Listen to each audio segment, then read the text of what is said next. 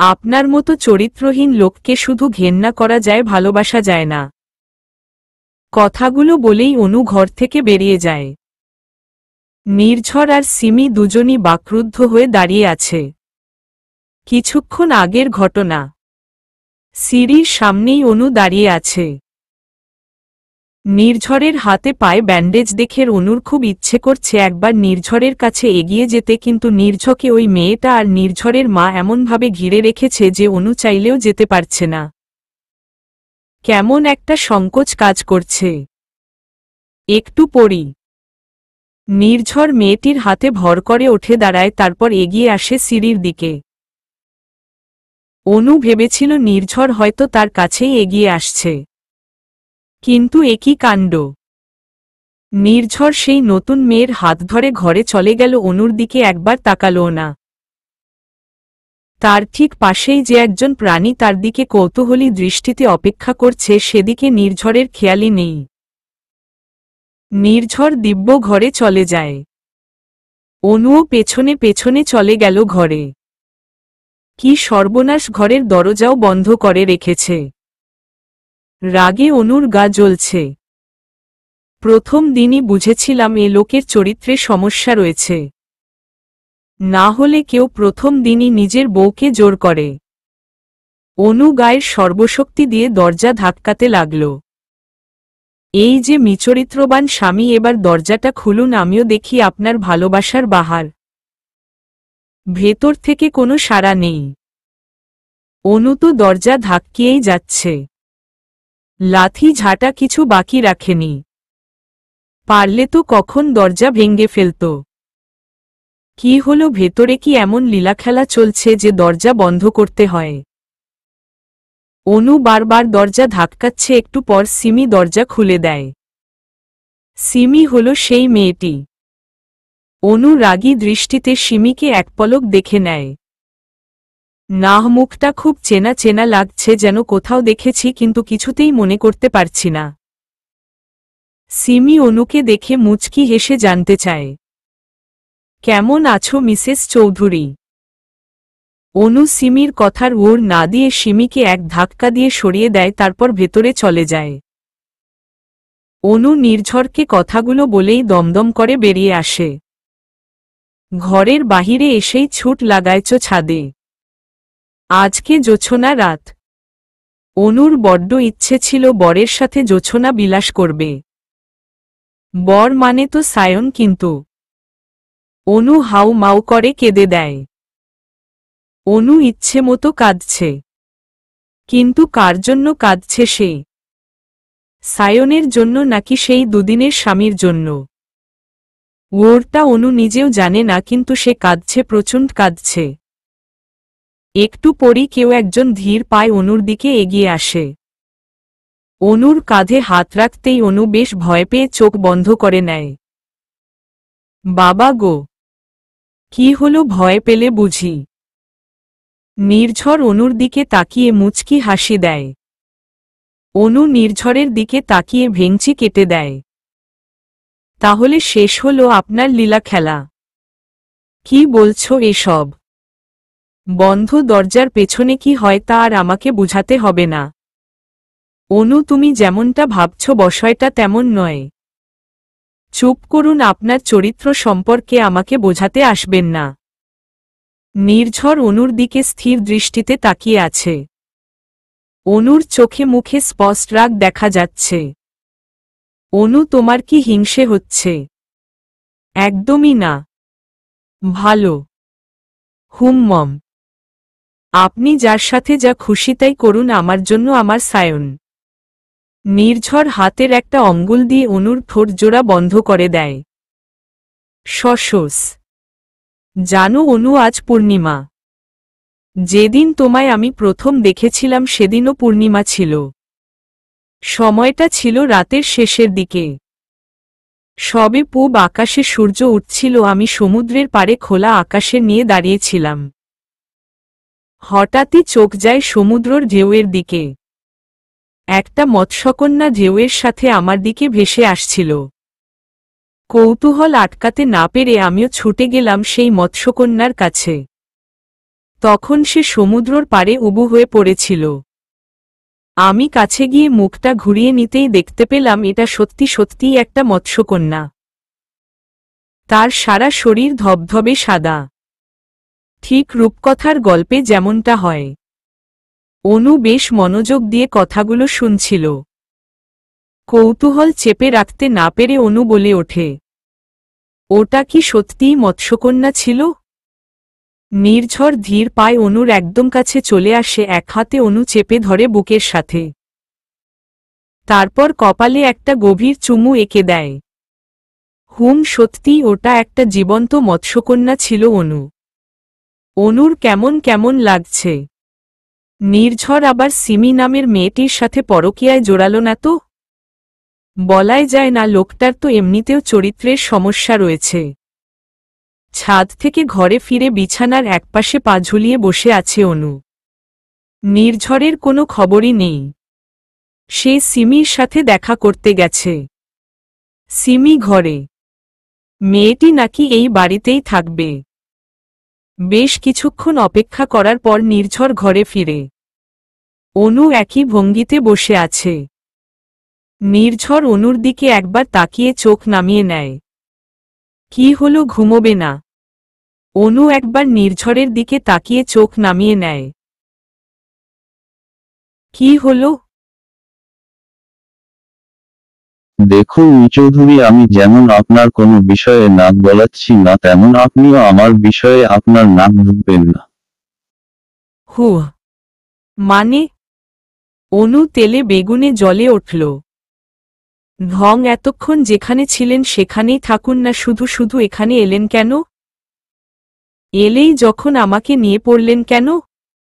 ও ঠিক আছে, মানে? নির্ঝর উঠে গিয়ে দরজার কাছে চলে যায়। অনু রাগে ফুঁসছে।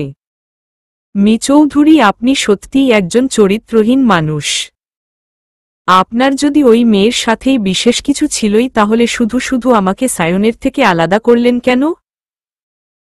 নির্ঝর ধপ করে দরজাটা বন্ধ করে দেয়, তারপর অনুর কাছে এগিয়ে এসে অনুর হাতে কবজি ধরে টেনে তোলে। সব কথায় সায়ন সায়ন করো কেন? লজ্জা করে না অন্যের বউ হয়ে পরপুরুষের নাম নিতে? না করে না, কারণ আমি কোনো দিন আপনাকে। কথার মাঝখানে অনু কেঁদে দেয়। নির্ঝর অনুর হাত ছেড়ে দিয়ে বারান্দায় হাঁটা ধরে। আজকাল অনুকে নিয়ে নির্ঝর বড্ড দোদনে আছে। নির্ঝরের ধারণা ছিল অনু হয়তো একটু একটু করে নির্ঝরের কাছে আসবে, ভালোও হয়তো বাসবে। কিন্তু যত দিন যাচ্ছে হিতে বিপরীত হচ্ছে। সায়ন নামটা যেন কেউ অনুর হৃদয় একেবারে খোদাই করে লিখে দিয়েছে। নির্ঝর একটা সিগারেট ধরায়, তারপর ডুব দেয় অতীতে। সেদিন ছিল শুক্রবার। নির্ঝর যখন বুয়েটে চান্স পেল, তখন এই দীর্ঘ অ্যাডমিশন নামক জার্নির ক্লান্তি থেকে মুক্তি পাওয়ার জন্য পাড়ি জমায় সমুদ্র সৈকতে। নির্ঝর একাই ঘোরাঘুরি করতে ভালোবাসত। সমুদ্র বরাবরই নির্ঝরের বড্ড প্রিয় ছিল।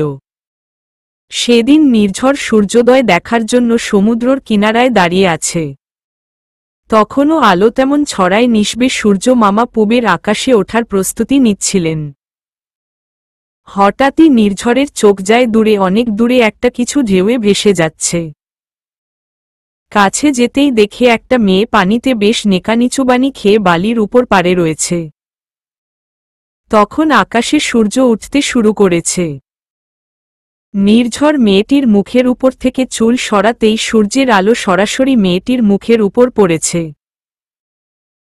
কি আশ্চর্য, এ যেন কোনো এক মায়াবিনী নানা, হয়তো কোনো এক মৎস্যকন্যা, নয়তো জলপরি পথ ভুল করে কিনারায় উঠে এসেছে। মেয়েটিকে প্রথম দেখেই নির্ঝরের বুকের বা পাশটা ধক করে ওঠে। জীবনের প্রথম ভালো লাগা, হয়তো ভালোবাসা। নির্ঝর মেয়েটির নাকে হাত দিয়ে দেখে মেয়েটি বেঁচে আছে। আশেপাশে তাকিয়ে দেখে না আশেপাশে কেউ নেই, তাহলে কি মেয়েটি একাই এসেছিল সমুদ্রে? হতে পারে, এত ভাবার সময় নেই। তারপর ঝটপট কোলে তুলে নেয়। মেয়েটিকে হাসপাতালে ভর্তি করে দেয়। তখন অবশ্য তার জ্ঞান ছিল না। বেশ কিছুক্ষণ পর নির্ঝর মেয়েটির কেবিন থেকে একটু বাহিরে বেরিয়ে যায় ডাক্তারের খোঁজে। তখন অবশ্য মেয়েটি বেঘোরে ঘুমুচ্ছে। বাহির থেকে ফিরে এসে মেয়েটিকে আর দেখা হয়নি নির্ঝরের। কোথায় সে? গোটা হাসপাতাল খুঁজেও পায়নি নির্ঝর। সে নাকি গজ্ঞান ফিরতেই কোথাও চলে গিয়েছে। তারপর গোটা সমুদ্র সৈকত খুঁজেও মেয়েটির কোনো খবর পায়নি নির্ঝর। সেই মেয়েটিই ছিল আজকের অনু। নির্ঝর মুচকি হেসে সিগারেটটা ফেলে দিয়ে হাঁটা ধরে ঘরের দিকে। অনু গুটিসুটি মেরে আধশোয়া হয়ে বিছানায় শুয়ে আছে। নির্ঝর অনু পাশে মেঝেতে হাঁটু গেড়ে বসে পড়ে। তারপর অনুর গলায় নাক ডুবিয়ে দেয়। সেই দিন নির্ঝর ভেবেছিল মেয়েটি হয়তো ক্ষণিকের জন্য তার বুকের বা পাশটায় এক তীর বিঁধে দিয়ে গেছে। সেই তীরে ক্ষতবিক্ষত হয়েছিল নির্ঝরের হৃদয়ে। নির্ঝর তখন হাড়ে হাড়ে বুঝে গিয়েছিল ভালো লাগা কি। এটা কি শুধুই ভালো লাগা নাকি ভালোবাসা কি জানি। তবে সেদিনের সেই মেয়েটি যে নির্ঝরের রাতের ঘুম হারা। তারপর বেশ কিছুদিন নির্ঝরের ভালোই কেটেছে। তবে সেই এক মুহূর্তেই অনু নির্ঝর হৃদয়ে যে জায়গা করে নিয়েছে তা নির্ঝর বেশ বুঝতে পারছে। আচ্ছা, এভাবেও কি ভালোবাসা হয়? হয়তো হয় বলেই হয়তো এত কিছুর পরও অনুকে নির্ঝর পেয়েছে। নির্ঝরের গরম নিঃশ্বাস বারবার অনির চোখে মুখে পড়ছে। অনুর ঘুম ভেঙে যায়। অনু লাফিয়ে নির্ঝরকে সজোরে ধাক্কা মেরে দেয়। নির্ঝর টাল সামলাতে না পেরে মেঝেতে পড়ে যায়। আপনাকে না আমার কাছে আসতে বারণ করেছি। নির্ঝর চুপ করে অনুর দিকে তাকিয়ে আছে। শুনুন, ভুল করেও যদি আবার আমার কাছে আসার চেষ্টা করেন আমার চেয়ে খারাপ কেউ হবে না। নির্ঝর এখনো একই ভঙ্গিতে বসে আছে। অনুর দিকে তাকিয়ে নির্ঝর বলতে শুরু করে, জানো অনু, সায়ন তোমাকে চায়, খুব করে চায়, তবুও ও তোমাকে ভালোবাসে না। ও শুধু তোমাকে চায়, তবে ভালোবাসে না। কথাগুলো বলেই নির্ঝর দাঁড়িয়ে যায়।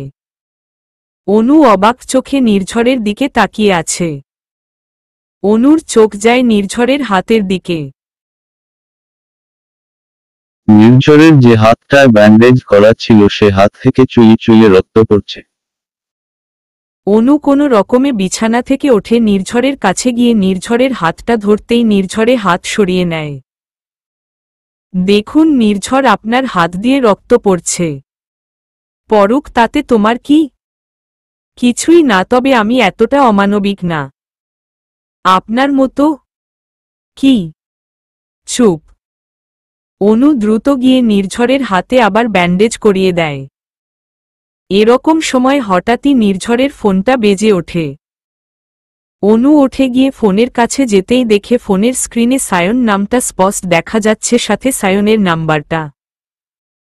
এই নাম্বারটা কি ভুল যায়? অনু কাপা হাতে ফোনটা কানে ধরতেই অপর পাশ থেকে সায়নের গলা। বেশ উত্তেজিত লাগছে সায়নকে। হ্যালো নির্ঝর, সায়নের গলা। Hello hello. অনুর চোখ দিয়ে টুপটুপ করে পানি পড়ছে। এত দিন পর সে। শুনতে পাচ্ছিস না? আমি সায়ন বলছি নির্ঝর। এবার আর অনু চুপ করে থাকতে পারেনি। একেবারে হুহু করে কেঁদে দেয়। নির্ঝর অবাক চোখে অনুর দিকে তাকিয়ে আছে। অনু কাঁদছে। অনু অস্পষ্ট স্বরে বলে ওঠে, সান তুমি, আমি অনু। নির্ঝর অনুর মুখে সান নামটা শোনা মাত্র উঠে গিয়ে ছো মেরে অনুর কাছ থেকে ফোনটা কেড়ে নেয়। অনু এখনো কেঁদেও যাচ্ছে। নির্ঝরের হাত থেকে বারবার ফোনটা কাড়ার চেষ্টা করছে সে। কাঁদতে কাঁদতে মেঝেতে বসে পড়ে অনু। নির্ঝর অসহায় দৃষ্টিতে অনুর দিকে তাকিয়ে আছে। অনু কি মনে করে ওঠে দাঁড়ায় আর নির্ঝরের কলার চেপে ধরে। আপনি সায়নকে কি করেছিলেন মিস্টার চৌধুরী? আকাশে একটা চাঁদ উঠেছে। সে চাঁদের বড্ড আলো। আমার খুব ইচ্ছে করছে তোমাকে ছুঁয়ে দিতে, তোমার কোলে মাথা রেখে জোছনা পোহাতে। কিন্তু তুমি। বারান্দায় দাঁড়িয়ে একটার পর একটা সিগারেট ধরাচ্ছিল নির্ঝর। অনু বারবার সায়নের কথা জানতে চাইছে, কিন্তু অনুকে দেওয়ার মতো কোনো ওড়ি নির্ঝরের কাছে নেই। যা আছে তা অনুকে জানাতে চায় না নির্ঝর। বেশ বেলা করেই অনুর ঘুম ভাঙ্গে। রাতে কান্না করতে করতে কখন ঘুমিয়েছে তা মনে নেই। কোনো রকমে ফ্রেশ হয়ে নিচে নামতেই দেখে সোফায় পাশাপাশি নির্ঝর আর সিমি বসে আছে। দুজন বেশ হাসাহাসি করছে। বারবার সিমি নির্ঝরের গায়ে ঢলে ঢলে পড়ছে। নির্ঝরও তেমন। অনু আর চোখে দুজনকে দেখছে।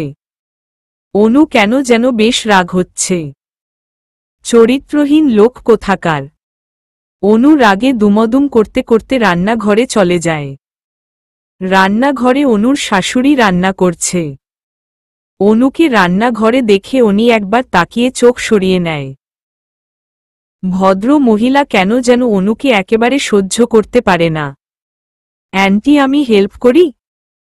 অনুর শাশুড়ি একবার অনুর দিকে তাকিয়ে চোখ ফিরিয়ে নেয়। অ্যান্টি, না, এই বাড়ি তোমার না, এই রান্নাঘর। এ বাড়িতে তোমার সীমানা কেবল নির্ঝরের ঘর পর্যন্তই। অনু ভদ্রমহিলার দিকে তাকিয়ে আছে। উফ, শ্বশুরি জাতিটাই এরকম। বউদের দুচোখে সহ্য করতে পারে না। কিন্তু আমি করেছিটা কি? অনু দুমদুম করে রান্নাঘর থেকে চলে আসে। অনু সিঁড়ি বেয়ে উঠার সময় নির্ঝর আর সিমিকে আর চোখে দেখছে। হুট করে হোঁচট খেয়ে অনু হুমড়ি খেয়ে পড়ে যায়। আহ! অনুর দিকে তাকাতেই দেখে অনু মেঝেতে পায়ে হাত দিয়ে বসে আছে। নির্ঝর বসা থেকে উঠে ছুট লাগায় অনুর কাছে। অনু পায়ে হাত দিয়ে সিঁড়ির কাছে বসে আছে। দেখি কোথায় লেগেছে। No need. সরুন। স্টুপিডের মতো কথা বলা বন্ধ করো। বললাম তো লাগবে না। নির্ঝর অনুর দিকে রাগী চোখে তাকিয়ে সোজা অনুকে কোলে তুলে নেয়। অনু বারবার ছোটার চেষ্টা করছে, কিন্তু নির্ঝর কোলে তুলে হাঁটা ধরে ঘরের দিকে। দূর থেকে নির্ঝরের মা রাগী চোখে তাকিয়ে আছে নির্ঝরের দিকে। ওনার ভেতর থেকে বারবার দীর্ঘশ্বাস বেরিয়ে আসছে। এই একটা মেয়ে আমার ছেলের ভবিষ্যৎ অন্ধকার করে দিল। কি মনে সিমিও হাঁটা ধরে নির্ঝরের ঘরের দিকে। নির্ঝর তখন অনুকে বিছানায় শুয়ে দিয়ে অনুর পায়ে ওষুধ লাগাতে ব্যস্ত। সিমি সরাসরি নির্ঝরের ঘরের ঢুকে যায়, তারপর নির্ঝরের হাত ধরে টানতে থাকে। বাহিরে চল। নির্ঝর অবাক চোখে সিমির দিকে তাকিয়ে আছে। অনু তো রাগে জ্বলে যাচ্ছে। কি? চল, কথা আছে। অনু মুখ বাঁকিয়ে অন্যদিকে তাকিয়ে আছে। সিমি নির্ঝরকে টানতে টানতে বাহিরে নিয়ে যায়। ও তো সায়নের প্রেমিকা অনু। হুম। তুই অনুকে কেন বিয়ে করলি?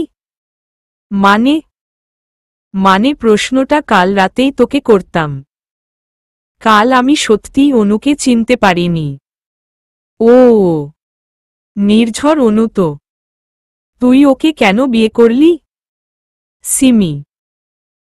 তুই জানিস না সায়ন ওকে কেন বিয়ে করেনি? সিমি প্লিজ। ও তো। চুপ। সিমি অবাক চোখে নির্ঝরের দিকে তাকিয়ে আছে। সিমি, সায়ন শুধু অনুর ভালোগুলোকে ভালোবেসেছে। সেই ভালোগুলোর মাঝে যেই খারাপটা রয়েছে তা সায়ন মানতে পারেনি। কিন্তু আমি অনুর ভালো মন্দ সবকিছুকেই ভালোবাসি। অনু সায়নকে ভালোবাসত, তাই হাজার চাওয়া সত্ত্বেও কখনো অনুর সামনে দাঁড়াই, কিন্তু যখন সায়ন ওকে দরজার দিকে তাকাতেই দেখে অনু দাঁড়িয়ে আছে। কৌতূহলী আর রাগী দৃষ্টিতে তাকিয়ে আছে নির্ঝরের দিকে। নির্ঝর তখন সিমির দুই বাহু ধরে দাঁড়িয়ে আছে। অনুকে দেখে নির্ঝর সিমিকে ছেড়ে দেয়। কথায় কথায় নির্ঝর কখন সিমির এত কাছে চলে এসেছে বুঝতেও পারেনি। অনু নির্ঝর দিকে এগিয়ে এসে বলতে শুরু করে, আপনি সত্যিই একজন চরিত্রহীন পুরুষ। যদি ওই মেয়ের সাথে আপনার কিছু থেকেই থাকে তাহলে শুধু শুধু আমাকে জোর বিয়ে করে আমার জীবন আর ভালোবাসা দুটোকেই এভাবে শেষ করে দিলেন কেন? নির্ঝর অনুর দিকে তাকিয়ে আছে। বোধহয় সে কিছুই শোনেনি, কিন্তু অনুর ছলছল চোখ। কেন? অনু কেন কাঁদছে? কারণটা কি শুধুই সায়ন? ওরটা নির্ঝর জানে না, জানতেও চায় না। কি হবে জেনে সে তো অনুকে চায়। অনুকে নিজের কাছে রাখার সম্পূর্ণ অধিকার তার আছে, কারণ নির্ঝর অনুর স্বামী। নির্ঝর ছাড়ুন লাগছে। নির্ঝর অনুর হাতটা পিছনে পেঁচিয়ে রেখেছে। অনু কি পাগলামো হচ্ছে এসব? বলেছি না তুমি আমাকে ছাড়া কোথাও যেতে পারবে না। অনু বাহিরে সিমি আর নির্ঝরকে একসাথে দেখে ঘরে এসে ব্যাগপত্র গোছাতে থাকে। অনেক হয়েছে, এ বাড়িতে অনু আর এক মুহূর্ত থাকবে না। কিন্তু নির্ঝর এসে অনুকে আটকে দেয়। দেখুন নির্ঝর, ছাড়ুন আমাকে, আমি আপনার মতো চরিত্রহীন লোকের সাথে থাকতে চাই না। কথাগুলো বলতে বলতে অনু ছটফট করছে। বারবার ছোটার চেষ্টা করছে নির্ঝরের হাত থেকে। এক চড় লাগাবো, এত রাতে কি নাটক শুরু করেছ? কোথায় যাবে তুমি? আমার বাড়ি। আপনার মতো চরিত্রহীন লোকের সাথে সংসার করা আমার পক্ষে সম্ভব না। দয়া করে আপনি আপনার এক্সোর প্রেসেন্ট গার্লফ্রেন্ড নিয়েই থাকুন, আমি আমার বাবার কাছে চলে যাব। নির্ঝর অনুকে ধাক্কা মেরে বিছানায় ফেলে দেয়। তারপর অনুকে বিছানায় চেপে ধরে ঠোঁটে ঠোঁট মিলিয়ে দেয়। অনু নির্ঝরকে ইচ্ছেমতো ধাক্কাচ্ছে, কিল ঘুষিও মারছে, কিন্তু নির্ঝরকে এক চুল নড়াতে পারছে না। একটা সময় নির্ঝর অনুকে ছেড়ে দিয়ে উঠে দাঁড়ায়। তুমি চাও বা না চাও তোমাকে আমার সাথেই থাকতে হবে। আমাকে ছাড়া এক পায়ে বাড়ির বাহিরে দিয়ে দেখো, ঠাং ভেঙ্গে ঘরে ফেলে রাখব। তবুও কোথাও যেতে দিব না। কথাগুলো বলেই নির্ঝর হাঁটা ধরে। অনু বিছানায় গুটি সুটি মেরে বসে আছে। নির্ঝর কি মনে করে আবার ফিরে আসে। অনুর সামনে হুট করে হাঁটু গেড়ে বসে অনুর হাতটা নিজের হাতের মধ্যে নিয়ে বলতে শুরু করে, সৌমিতা আমার বন্ধু, খুব ভালো বন্ধু। ছোটবেলা থেকেই আমরা একই স্কুলে পড়তাম আর সেখান থেকেই আমাদের বন্ধুত্ব। সৌমিতাকে আমি ছোট্ট করে সিমি বলি। সেই ছোট্টবেলা থেকেই আমরা একসাথে বড় হয়েছি। সিমি, আমি আর সা। যাই হোক, তুমি যেমনটা ভাবছ তেমন কিছুই নেই আমাদের মাঝে, আমরা জাস্ট ফ্রেন্ড। কথাটা বলেই নির্ঝর অনুর হাতে একটা চুমু এঁকে দেয়। তারপর উঠে দাঁড়ায়। নির্ঝর একদৃষ্টিতে অনুর চোখের দিকে তাকিয়ে আছে। অনুও ছলছল চোখে নির্ঝরের। অনু, আমার জীবনে প্রেম বলো আর ভালোবাসা বলো, তা একবারই এসেছে। আর সেই একজন হলে তুমি। তুমি ছাড়া না কেউ কখনো আমার মনে ছিল, না কেউ কখনো আসবে। অনু, বড্ড ভালোবাসি তোমায়। কথাটা বলেই নির্ঝর বারান্দার দিকে হাঁটা ধরে, তার বড্ড সিগারেটের তেষ্টা পেয়েছে। চেইন স্মোকারদের এই এক বিপদ, একটু পরপর সিগারেটের নেশা মাথায় চড়ে বসে। তবে নির্ঝর চেইন স্মোকার হলেও সিগারেটের নেশা তাকে যতটা ঘায়েল করতে পারেনি তার চেয়ে বেশি ঘায়েল করেছে অনুর নেশা। অনুর কথা বলা, চলাফেরা, হাসি, দুষ্টমি সব নির্ঝরকে বারবার ঘায়েল করেছে। অনু এতক্ষণ কাঁদছিল, কিন্তু নির্ঝরের বলা শেষ কথাগুলো কানে আসতেই ঠোঁটের কোণে ঈষৎ হাসির রেখা ফুটে উঠল। কি জানি কি আছে নির্ঝরের সেই ভালোবাসি কথাটায়। এতদিন নির্ঝরের কথাটা অসহ্য লাগলেও এখন বেশ ভালোই লাগে। জানালার পাশে বসে আছে সায়ন। বারবার নির্ঝরের ফোনে ফোন করছে, কিন্তু গতকাল হঠাৎই ফোনটা কাটার পর প্রত্যেকবারই নির্ঝরের ফোনটা সুইচ অফ বলছে। সায়নের মাথাটা হাং হয়ে আছে। কাল যখন নির্ঝরকে ফোন করেছিল তখন কোনো একটা মেয়ে ফোন ধরেছিল। গলাটা বড্ড চেনা চেনা লাগছে সায়নের কাছে। হঠাৎই নেটওয়ার্ক প্রবলেম, তাই ভালোমতো কিছু শোনা যাচ্ছিল না। সায়নের কেন যেন মনে হচ্ছে ওটা অনুর গলা ছিল। কিন্তু নির্ঝরের ফোনে অনু কি করে আসবে? অনু একদিন সায়ন অনুকে নিয়ে এত ভেবেছে যে শুতে গেলেও অনু, বসতে গেলেও অনু। হয়তো মনের ভুল। কথাগুলো নিজেই নিজেকে বলছিল সায়ন। বাহিরে স্নোফল হচ্ছে। সায়ন একমনে বাহিরে সাদা তুলোর মতো স্নোগুলো দেখছে। অনুর বড্ড ইচ্ছে ছিল হ্যানিমুনে এরকম একটা জায়গায় আসবে, আর সারা রাত জানালার পাশে বসে স্নোফল দেখবে। ওহ, ম্যাডামের আবদার, সারা রাত সায়নকে অনুর পাশে ঠায় দাঁড়িয়ে থাকতে হবে। কি আবদার বাবা? সারা রাত নাকি দুজন হাত ধরে দাঁড়িয়ে দাঁড়িয়ে স্নোফল দেখবে। সায়ন তো অনুর এমন আবদার শুনে হেসে দেয়। অনু তো রাগে লাল হয়ে গিয়েছিল। অনু যখন রেগে যায় তখন অনু ফর্সা গাল দুটো গোলাপি রং ধারণ করে আর নাকের মাথাটা লাল হয়ে যায়, তাতে বিন্দু বিন্দু ঘাম জমে। সায়ন কতবার দুষ্টামি করে অনু নাক টেনে দিত, অনু তো আরো বেশি রেগে যেত। অতীতের কথা মনে পড়তেই সায়ন হেসে দেয়।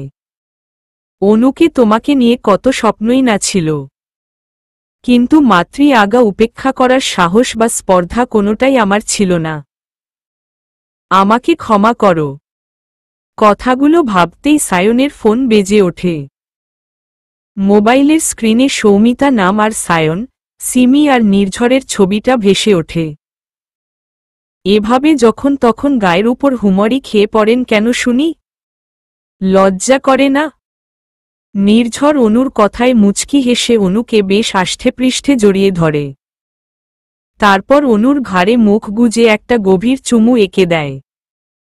অনু গোসল করে আয়নার সামনে চুল আঁচড়াচ্ছিল, হঠাৎই নির্ঝর কোথা থেকে এসে অনুকে পেছনে থেকে জড়িয়ে ধরে। ব্যাস! অনু তো রেগে মেগে আগুন। এসব ঢং আমার ভালো লাগে না। অনু নির্ঝরের থেকে একটু সরে যেতেই নির্ঝর অনুকে আরো শক্ত করে জড়িয়ে ধরে। এখন নির্ঝরের হাতটা অনুর নাভি বরাবর চলে গেছে। তবে এখন আর অনুর আগের মতো অসহ্য লাগে না, বরং অন্যরকম ভালো লাগা কাজ করে। একেবারেই অন্যরকম। মাঝে মাঝে তো ভালো লাগা মন্দ লাগা সব মিলে মিশে এক হয়ে যায়। নির্ঝর নিজের ইচ্ছেমতো অনুর পেটে হাতটা স্লাইড করছে আর অনু চোখ বন্ধ করে আছে। নির্ঝর অনুর ঘাড়ে থুতনি লাগিয়ে আয়নার অনুর প্রতিবিম্ব দেখছে। নির্ঝরের দৃষ্টি অনুর গোলাপি ঠোঁটে আটকে আছে। নির্ঝর অনুকে নিজের দিকে ঘুরিয়ে অনুর ঠোঁটের দিকে এগুতেই হঠাৎই সিমির আগমন ঘটে। সিমিকে হুট করে ঘরে ঢুকতে দেখে নির্ঝর অনু দুজনেই চমকে যায়। অনু একরম নির্ঝরের কাছ থেকে ছিটকে দূরে সরে যায়। সিমি হতম্ভের মতো দাঁড়িয়ে আছে, যেন সে হঠাৎই খুব বর্ষর ধাক্কা খেয়েছে। বড্ড ভুল সময় চলে এসেছি মনে হয়। নির্ঝরের দিকে তাকিয়ে নির্ঝর কি বলবে বুঝতে পারছে না। সে মাথা নিচু করে দাঁড়িয়ে আছে। বোধহয় খুব লজ্জা পেয়েছে, নয়তো অন্য কিছু। অনুই বলে ওঠে, মানে না না, সরি। সরি কেন বলছো? আসলে আগে কখনো এ ঘরে ঢোকার জন্য নক করার প্রয়োজন পড়েনি, তবে এখন থেকে পড়বে সেটা বুঝতে পারিনি। By the way, sorry guys. Carry on. কথাগুলো বলেই সিমি সেখান থেকে চলে যায়। অনুর কেন যেন খুব হাসি পাচ্ছি। রাজ্য জয়ের হাসি, যেন সে গোটা রাজ্যটাকেই জয় করে ফেলেছে। না না, সিমির মুখটা দেখে অনুর খুব হাসি পাচ্ছে। কিন্তু কেন? কি জানি। নির্ঝর অবাক চোখে অনুর দিকে তাকিয়ে আছে। আপনি দেখছি লজ্জা পাচ্ছেন। মানে সিমি এভাবে। হয়েছে, থাক। কথাগুলো বলেই অনু নিচে চলে যায়। সেই দুপুরে অনু ঘরে ঢুকেছে। দুপুর গড়িয়ে সন্ধে নেমে গেল আর ঘরের বাহিরে বের হয়নি অনু। এতটা সময় অনু নির্ঝরের কাছেই ছিল। আজ বাড়িতে রমরমে ব্যাপার। নীরা কলেজ ট্যুর শেষ করে বাড়ি ফিরেছে। খুব তাড়াতাড়ি তার বিয়েও নাকি হয়ে যাবে। 2-1 দিনের মধ্যে ছেলে পক্ষ আসবে, পাকা কথা বলতে নয়, একেবারে বিয়ের কাবিন করে নীরাকে নিয়ে যাবে। অনু নিচে নামতেই দেখে নীরা সোফায় পা তুলে বসে আছে। অনুকে দেখে নাক ফুলিয়ে বলতে থাকে, ভাবি সেই কখন থেকে তোমার জন্য অপেক্ষা করছি, কই তুমি তো নিচেই নামো না। অনু মুচকি হেসে নীরার পাশে গিয়ে বসে পড়ে। ননদিনী গো, আমি কি জানতাম তুমি এসেছো, জানলে তো গোসল টোসল বাদ দিয়ে ছুটে তোমার কাছে চলে আসতাম। ওয়েট, এই বিকেলবেলা গোসল কি ব্যাপার? অনেক ব্যাপার আছে, তবে তোমাকে বলা যাবে না। কথাটা বলেই অনু হেসে দেয়। উহু বলো না। বললে কি আর বুঝবে, 2 দিন পর তোমারও দিন আসছে। মানে জানো না বুঝি? তুমিও না। তা প্রেম করে নাকি? ও বাবা, প্রেম একদমই না। খালামুনির ইচ্ছে আমাকে তার ছেলের বউ করবে, তাই। কথাটা বলতেই নীরা লজ্জায় লাল হয়ে গেল। খালামুনি মানে তুমি জানো না? কই না তো। ভাইয়া তোমাকে কিছুই বলেনি? না রে বাবা, সে আমার বড় খালামুনির ছেলে। এ বাবা, তাই নাকি? তাহলে তো প্রেম জমিয়ে করেছ। তা কতদিনের প্রেম শুনি? না গো ভাবি, সে তো আমাকে পিচ্চু ছাড়া কখনো ডাকেইনি। তার মতে আমি নাকি তার বোনে মতো। তুমি লাইন মারার চেষ্টা করেছ? পাত্তা দেয়নি। ধুরকে বলেছে সে তোমাকে বোন ভাবে। তার মনেও হয়তো তোমাকে নিয়ে কিছু ছিল, না হলে বিয়ে করছে কেন? নীরা লজ্জায় লাল হয়ে গেছে। ধুর। তা ভাই সোহাগী ননদিনী 2 দিন পর বর সোহাগী হবে। ভাবি চুপ করবা। তা তার নাম কি? নাম তো। নীরা সিঁড়ির দিকে তাকাতেই দেখে নির্ঝর আর সিমি একসাথে সিঁড়ি দিয়ে নামছে। নীরা অনুর দিকে তাকিয়ে বলে, এভাবে বসে না থেকে বরকে একটু আঁচল দিয়ে ঢেকে রাখো। তোমার বর যা হ্যান্ডসাম, যখন তখন চুরি হয়ে যাবে। এমনিতেও অনেকেরই নজর রয়েছে তোমার বরের উপর। নির্ঝর আর সিমির দিকে ইশারা করে। অনু একবার তাকাতেই নির্ঝরের চোখে চোখ পড়ে যায়। অনু মুখ ভেঙচি কেটে মুখ ঘুরিয়ে নেয়। তবে নির্ঝর বেশ সিরিয়াস লুকে আছে। অনু বসা থেকে ওঠে দাঁড়াতেই কিছু একটার সাথে ধাক্কা খেয়ে আবার পড়ে যায়। নির্ঝর অনুর সামনে এসে দাঁড়িয়ে আছে। অনু ধাক্কাটা নির্ঝরের সাথেই খেয়েছে। নির্ঝর গম্ভীর মুখে অনুর সামনে দাঁড়িয়ে আছে। অনু, তৈরি হয়ে নাও। মানে আমরা এখন বেরুব। কিন্তু কোথায়? তোমার বাসায়। মানে? কেন? এমনি। তোমাকে 3 দিনের জন্য তোমার মার কাছে দিয়ে আসব। 3 দিন পর আবার নিয়ে আসব। কিন্তু কেন? 2 দিন পরই তো নীরার হয়তো আকদ হয়ে যাবে। তো মানে আমি থাকব না? না, তুমি থাকবে না। আমি যাব না। নির্ঝর রাগী চোখে অনুর দিকে তাকিয়ে বেশ ঝাঝালো গলায় বলে ওঠে, তাড়াতাড়ি তৈরি হয়ে নাও, আমি গাড়িতে অপেক্ষা করছি। 5 মিনিটের মধ্যে তোমাকে গাড়িতে দেখতে চাই। কিন্তু। কথাটা বলেই নির্ঝর দমদম করে বেরিয়ে চলে যায়। অনু নীরা দুজনই মন খারাপ করে বসে আছে। নির্ঝর এমন করছে কেন? আপনি খুব বাজে একটা লোক নির্ঝর চৌধুরী। গাড়িতে মুখ গোমরা করে বসে আছে অনু। নির্ঝর ড্রাইভ করছে। অনু তো তখন থেকেই নির্ঝরকে যা নয় তাই বলে যাচ্ছে, কিন্তু তাতে নির্ঝরের কোনো প্রতিক্রিয়া নেই, সে তো চোখ মুখ লাল করে বসেই আছে। নির্ঝরের গাড়িটা অনুদের বাড়ির সামনে গিয়ে থামে। নির্ঝর গাড়ি থেকে নেমে অনুর সামনে দরজাটা খুলে দিয়ে অনুকে গাড়ি থেকে নামিয়ে দেয়। নামো। নামবে কি না? না, নামব না। অনু নির্ঝরের দিকে একবার তাকিয়ে ঘাড় ঘুরিয়ে নেয়। নির্ঝর রেগে গিয়ে অনুর হাত ধরে জোর করে গাড়ি থেকে নামিয়ে দেয়। অনু তো রেগে মেগে আগুন। নির্ঝরের হাতে একটা খামচি দিয়ে বলতে শুরু করে, আপনি একটা লুচ্চু, গন্ডার, বদমেজাজি হাতি, ছাগল, সব সব সব আপনি। চুপ, চুপ। আমি নীরার বিয়েটাই দেখতে পারলাম না। অনু, এখন তো বিয়ে হচ্ছে না, শুধু আকদ হচ্ছে। তো আমি নীরার আকদে থাকতে চাই নির্ঝর। আমি না ওই বাড়ির একমাত্র বউ। তাই বুঝি? কবে থেকে তুমি নিজেকে আমার বউ ভাবতে শুরু করলে? আমি তো। তুমি নীরার আকদে থাকতে পারবে না, তোমার কষ্ট হবে, আমি চাই না তুমি কষ্ট পাও। কেন? কেন হবে আমার কষ্ট? জানি না, যাও তুমি বাড়িতে, আমি পড়ে এসে তোমাকে নিয়ে যাব। কথাগুলো বলেই নির্ঝর পেছনে হাঁটা ধরে। আপনি খুব বাজে চৌধুরী। আপনার থেকে সায়ন। নির্ঝর একবার অনুর দিকে তাকিয়ে একটা দীর্ঘশ্বাস ফেলে গাড়িতে চড়ে বসে। অনু বোকার মতো দাঁড়িয়ে আছে। নির্ঝর আর একবারও পেছনে না ফিরে চলে যায়। অন্যদিন নির্ঝরের সামনে সায়নের কথা বললে রেগে যেত, কিন্তু আজ নির্ঝরের চোখে কোনো রাগ ছিল না। কি জানি কি ছিল ওই দুই চোখে। যা ছিল তা নীরার বোঝার বাহিরে। অনু বাড়ি ভেতরে আসতেই সবাই অনুকে দেখে অবাক। সবাই তখন ড্রয়িং রুমে বসে চা খাচ্ছিল। অনুর মা অনুর দিকে এগিয়ে আসে। কিরে, তুই এই ভর সন্ধেবেলা এভাবে? কি হয়েছে? জামাই কোথায়? আসেনি?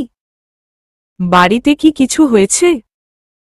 তুই আবার কোনো কাণ্ড বাঁধাসনি তো? অনু মায়ের দিকে রাগী চোখে তাকিয়ে আছে। কি রে, চুপ করে আছিস কেন? তোমার দেখছি আমাকে নিয়ে অনেক প্রশ্ন। তোমার বা তোমাদের কোনো প্রশ্নের উড়ি আমি দিব না। মানে সব প্রশ্ন তোমার জামাইকে করো, সেই আমাকে রেখে গেল। কেন রেখে গেল জানি না, তাই তোমরা তাকেই প্রশ্ন করো, হয়তো তোমাদের বলবে আমাকে রেখে যাওয়ার কারণটা। অনুর বাবা এত সময় অনুর কথা শুনছিল। এবার বলতে শুরু করে, নির্ঝর এসেছিল অথচ আমাদের জানায়নি।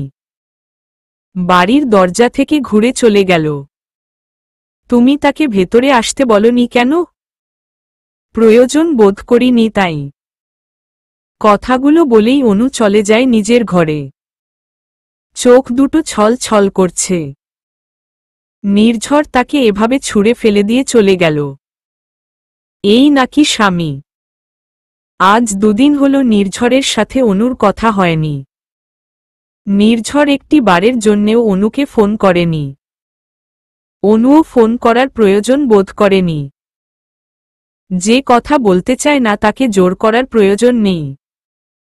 অনু বারান্দায় চা হাতে দাঁড়িয়ে আছে। মনটা যে বড্ড খারাপ। বোধহয় এই আজকেই নীরার আকদ। ইস, যদি থাকতে পারতাম।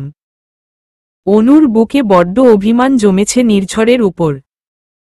একেই তো এভাবে রেখে গেল, তার উপর একটিবার খবরও নিল না। কি প্রেমিক রে বাবা! না না, প্রেমিক তো নয়। প্রেমিক শব্দের অর্থটা অনেক গভীর। প্রেমিক মানে প্রেমিকার মেঘলা আকাশে একটা ছোট্ট সূর্য। প্রেমিক মানে ঘন বর্ষণ, যে বর্ষার প্রত্যেকটা ফোঁটা প্রেমিকার হৃদয়কে ভিজিয়ে দেয়। প্রেমিক মানে একটা বিশাল সাগর, যে সাগরে প্রত্যেকটা প্রেমিকই হাসি মুখে ডুবে যেতে পারে। আর প্রেমিক মানে ধুর, প্রেমিক নিয়ে এত ভেবে কি লাভ? সে জায়গাটা তো সায়নের ছিল। আর নির্ঝর, সে তো প্রেমিক নয়, সে তো শুধুই স্বামী। আচ্ছা, স্বামীরা কি প্রেমিক পুরুষ হতে পারে না? নাকি বউয়েরা প্রেমিকা হতে পারে না? নাকি তাদের প্রেমিক প্রেমিকা হতে মানা? কে জানে। অনু নিজের মনেই কথাগুলো ভাবছিল। মায়ের ডাকে হুঁশ ফিরে অনুর পেছনে ফিরে তাকাতেই দেখে মা দাঁড়িয়ে আছে। কিছু বলবে? নির্ঝরের সাথে কি মনমালিন্য হয়েছে? অনু মুচকি হেসে জবাব দেয়, যার সাথে মনেরই কোনো সম্পর্ক নেই তার সাথে আবার বাদ দাও সে সব। তাহলে সায়নকে নিয়ে সমস্যা? জানি না। জানো না মানে নির্ঝর তোমার স্বামী। তো অনু ধমকের সুরে। অনু মায়ের দিকে তাকিয়ে ছলছল চোখে তাকিয়ে আছে। সায়নকে তোমরা কেন তাড়িয়ে দিলে? সায়নকে যে আমি বড্ড ভালোবাসতাম। আর নির্ঝর তোকে বড্ড ভালোবাসে। কিন্তু মা সে তো একবারও আমার খবরই নিল না। অনুর মা মুচকি হেসে অনুর মাথায় হাত বুলাতে বলে, অভিমান এক তরফা ভালো, যখন অভিমান দুই তরফা হয়ে যায় তখন সম্পর্কে ফাটল ধরে। কথাগুলো বলেই অনুর মা চলে যায়। যেতে যেতে অনুর মা পেছনে ফিরে অনুকে উদ্দেশ্য করে বলে, তোমার উনি রোজ দিনে 2 করে ফোন দিয়ে তোমার খোঁজ নেয়। কই তুমি তো তাকে একবারও ফোন দাও না। অনুর মা কি বলতে চাইছে তা হয়তো অনু বুঝতে পেরেছে। অনু কি মনে করে ফোনটা হাতে নিয়ে নির্ঝরকে ফোন করে, একবার রিং হয়ে কেটে যায়। দ্বিতীয়বার রিং হতেই রিসিভ করে নেয়। অনু কথা বলতে যাবে তার আগেই অপর প্রান্ত থেকে মেয়েলি কণ্ঠ ভেসে আসে। হ্যালো। অনু বাকরুদ্ধ, এত সিমির গলা। সিমি তুমি? নির্ঝর কোথায়? কে অনু? নীর তো ওয়াশরুমে শাওয়ার নিচ্ছে। ও রাখছি। ওকে। অনু ফোনটা কেটে দিয়ে বিছানায় ছুঁড়ে মারে। খুব রাগ হচ্ছে, ভীষণ রাগ হচ্ছে। রাগে গা জ্বালছে। এই মেয়েটা যেমন লুচু আবার বরটাও তেমন লুচু। আচ্ছা সত্যিই কি সিমির সাথে নির্ঝরের কোনো সম্পর্ক আছে? এই লুচু ব্যাটার সাথে যদি সিমি নানা তখন আমার কি হবে? আজকাল অনু বড্ড বেশি নির্ঝরকে নিয়ে ভাবে। তবে কখনো সখনো অনুর মেঘলা আকাশে সায়ন উকি দেয়। সায়নের কাছে অনুর একটাই প্রশ্ন, সে কেন অনুকে একা ফেলে চলে গেল? অনুর বিষয়ে সবটা জানে অ্যান্টি। সিমির কথায় নির্ঝর একবার সিমির দিকে ঘাড় ঘুরিয়ে তাকিয়ে আবার ড্রাইভিংয়ে মনোযোগ দেয়। নির্ঝর সিমি একসাথে বিমানবন্দরের উদ্দেশ্যে বেরিয়েছে। নির্ঝর সায়ন জানে অনুর সাথে তোর বিয়ের কথা। নির্ঝর কোনো ওর করছে না। নির্ঝরকে নির্বাক দেখে সিমিও চুপ করে যায়। গাড়ি নিজ গতিতে চলছে। হাঁটতে সিমি চিৎকার করে গাড়ি থামিয়ে দেয়। কি? নীর। হুম। হাওয়াই মিঠা খাবো। কি? হুম প্লিজ প্লিজ নীর এনে দে না। নির্ঝর প্রথমে বিরক্ত হলেও কি মনে করে গাড়িটা সাইড করে দাঁড় করিয়ে নেমে যায়। সিমি তো খুশিতে আত্মহারা। নির্ঝর এক ছুটে রাস্তার উপা থেকে 3টে হাওয়াই মিঠা কিনে আনে। সিমিকে একটা দিয়ে 2টো গাড়ির পেছনে রেখে দেয়। নীর এই 2টো কার? অনুর। মানে? আরে অনু খুব ভালোবাসে তাই অনুর জন্য নিলাম। ও। হুট করেই সিমির মুখটা কালো হয়ে গেল। অনু রাগে গজগজ করতে করতে বাড়ি চলে এলো। সকালে সিমির সাথে কথা বলার পর কি মনে করে অনু একা একাই শ্বশুর বাড়ির উদ্দেশ্যে রওনা হয়ে যায়। হঠাৎই চোখে পড়ে রাস্তায় নির্ঝরের গাড়ি। গাড়ির দিক ভালো করে লক্ষ্য করতেই অনুর চোখে পড়ে নির্ঝর সিমির হাতে গোলাপি রঙের হাওয়াই মিঠাই ধরিয়ে দিচ্ছে আর সিমি অন্যরকম দৃষ্টিতে নির্ঝরের দিকে তাকিয়ে আছে। ব্যাস একেই তো অনু মাথা গরম ছিল। এ দৃশ্য দেখার পর যেইটুকু বাকি ছিল তাও গরম হয়ে গেল। অনু বাড়িতে ঢুকতেই দেখে নীরা সোফায় ঘুমিয়ে আছে। বাড়ির কাজের লোক দরজা খুলে দিয়েছে। অনু আশেপাশে তাকিয়ে দেখে কেউ নেই, বোধহয় সবাই দুপুরের খাবার খেয়ে দিয়ে রেস্ট নিচ্ছে। অনু কোনো কথা না বলে সোজা ঘরে চলে যায়। ইমিগ্রেশন ক্রস করে বিমানবন্দরের অন্দরমহল থেকে ধীর পায়ে বেরিয়ে আসছে সায়ন। যদিও আরও 2 দিন আগে তার বাংলাদেশে ফেরার কথা ছিল, কিন্তু বিদেশের পাট চুকিয়ে দেশে আসতে দেরি হয়ে গেল। আবহাওয়া ভালো থাকায় প্লেন 1 ঘন্টা আগে দেশে ল্যান্ড করেছে। বাহিরে বাড়িয়ে সায়ন সরাসরি গাড়ি উঠে যায়, উদ্দেশ্য নিজের বাড়ি যাবে। তবে সায়নের মায়ের করা কথা সে যেন যত দ্রুত সম্ভব তার খালার বাসায় ওঠে, কিন্তু তবুও সায়ন নিজের বাড়িই যাবে। সায়নকে নিতে সায়নের খালাতো ভাই নির্ঝর আর বেস্ট ফ্রেন্ড সিমি আসছে, তবে 2 ঘন্টা পর। সায়ন ইচ্ছে করেই সবাইকে 2 ঘন্টা পরের ফ্লাইটের কথা বলেছিল, না হলে ওরা জোর করেই সায়নকে ধরে বাড়ি নিয়ে যেত। গতকালই সায়নের বোন সায়নকে ফোন করে জানিয়েছে অনু নাকি বাড়ি চলে এসেছে, মানে অনুর বর নাকি অনুকে রেখে গেছে। তাই সায়ন ও সোজা বাড়ি চলে যাচ্ছে। অনুর সাথে অন্তত একবার দেখা করা খুব জরুরি।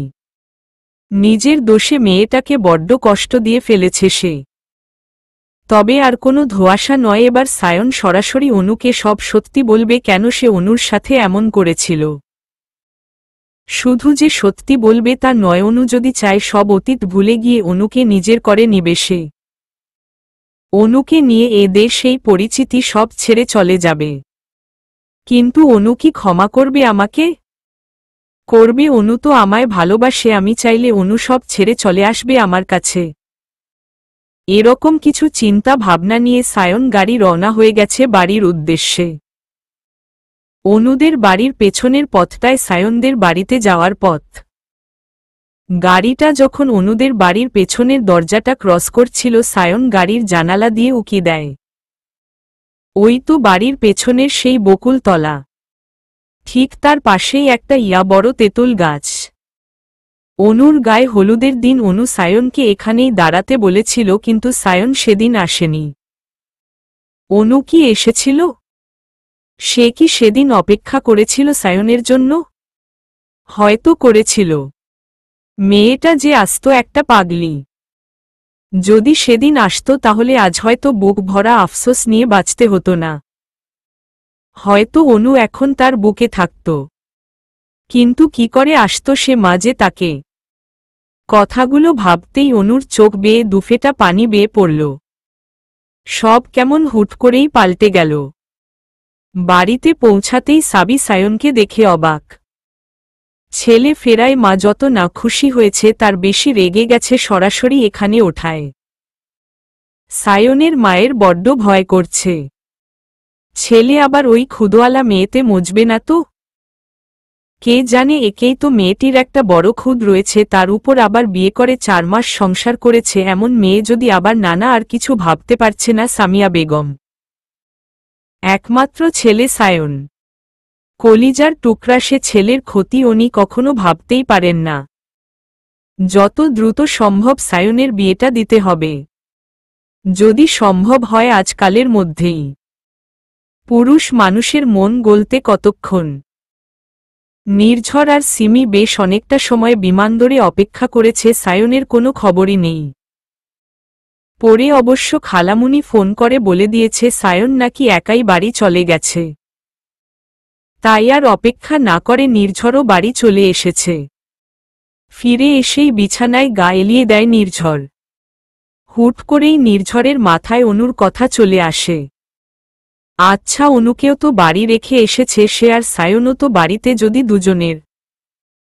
না না, এমন হতে পারে না। কথাটা এতক্ষণ কেন মাথায় আসেনি? নির্ঝর হুট করে উঠতে যাবে, তখন হঠাৎই কেউ একজন নির্ঝরের মুখে বালিশ চাপা দিয়ে দেয়। হুট করে এমন কাণ্ডে নির্ঝরের দম বন্ধ হয়ে আসে। নির্ঝর গায়ের সব শক্তি দিয়ে ধাক্কা মারে। অপর পক্ষ ধপ করে মেঝেতে পড়ে যায়। ও মা গো, কোমরটা ভেঙ্গে গেল গো, আমাকে মেরে ফেলল গো, কে কোথায় আছো গো? অনুর এমন চিৎকারে নির্ঝর দম নেওয়ারও সময় পায় না। অনুকে হঠাৎ এভাবে দেখে ভূত দেখার মতো চমকে যায় নির্ঝর। তুমি? হ্যাঁ আমি। তুমি কখন এলে? কেন, আমি আসাতে সমস্যা হবে বুঝি? মানে আবার কি? আমি থাকলে আপনার পীড়িতের সিমির সাথে ডুবে ডুবে জল নানা হাওয়াই মিঠাই খাওয়া হবে না, তাই তো আমাকে বাড়ি রেখে এসেছেন। অনু রাগে দাঁত কড়মড় করছে। নির্ঝর অবাক চোখে অনুর দিকে তাকিয়ে আছে। কি হলো, আমাকে তুলুন, দেখতে পাচ্ছেন না আমি ব্যথা পেয়ে উঠতে পারছি না? সিমি হলে তো। নির্ঝর ঝটপট গিয়ে অনুকে কোলে তুলে নেয়, তারপর বিছানায় শুয়ে দিয়ে অনুর উপর শুয়ে পড়ে। তুমি কখন দেখলে আমি সিমিকে হাওয়াই মিঠাই কিনে দিয়েছি? কেন কি ভেবেছিলেন লুকিয়ে লুকিয়ে মিষ্টি খাবেন না না খাওয়াবেন আমি দেখতে পাবো মা হুমসরুন তো সরুন আপনার সিমির কাছে যান আমার কাছে কেন এসেছেন উফ এত সিমি সিমি করো কেন একবার ও তো খবরও নিন না আমি ফোন দিলে ফোন ধরে সিমি ও ও কোথাও পোড়া পোড়া গন্ধ পাচ্ছি বোধহয় কিছু একটা পড়ছে অনু দুম করে নির্ঝরের নাকে একটা ক্লিপ লাগিয়ে দেয় আউচ এখন আর পাবেন না অনু নির্ঝরকে ধাক্কা দিয়ে উঠে যায় টেবিলে নির্ঝরের ফোনটা বাজচ্ছে আর নির্ঝর বিছানায় বসে নাক ডলছে ক্লিপটা লেগে নাক লাল হয়ে গেছে অনু ফোনটা হাতে নিতেই দেখে ফোনের স্ক্রিনে বড় বড় করে লিখা সেয়ং কলটা সায়ন করেছে চলবে